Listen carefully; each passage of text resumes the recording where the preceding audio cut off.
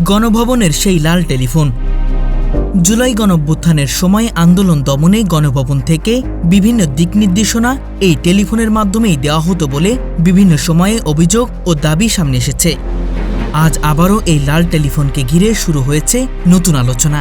গণভবনে জুলাই স্মৃতি জাদুঘরের উদ্বোধনের সময় প্রধানমন্ত্রী তারেক রহমানকে টেলিফোনটি কানে তুলে কয়েক মুহূর্ত দাঁড়িয়ে থাকতে দেখা যায়।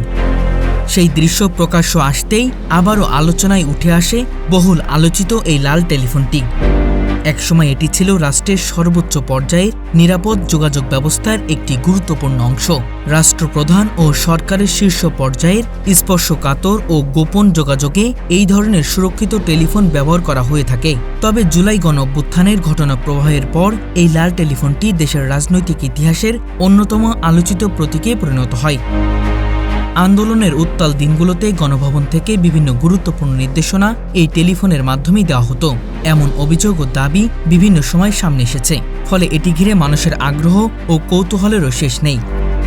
বিভিন্ন তদন্ত প্রতিবেদন ও গণমাধ্যমে প্রকাশিত তথ্য অনুযায়ী আন্দোলন চলাকালে সহিংসতা বৃদ্ধি পাওয়ার সঙ্গে সঙ্গে দেশের অভ্যন্তরের বিভিন্ন তথ্য বিদেশে ছড়িয়ে পড়া ঠেকাতে তথ্যপ্রবাহ নিয়ন্ত্রণে নানা পদক্ষেপ নেওয়ার দিক নির্দেশনা দেওয়া হয়েছিল বলে অভিযোগ রয়েছে।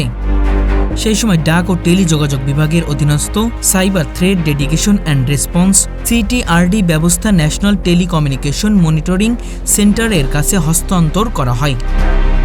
পাশাপাশি আন্তর্জাতিক ইন্টারনেট গেটওয়ে এবং ইন্টারনেট সেবা প্রদানকারী প্রতিষ্ঠানগুলোর ISP পর্যায়ে বিভিন্ন কন্টেন্ট ব্লক করার নির্দেশও দেওয়া হয়েছিল বলে বিভিন্ন প্রতিবেদনে উল্লেখ করা হয়েছে।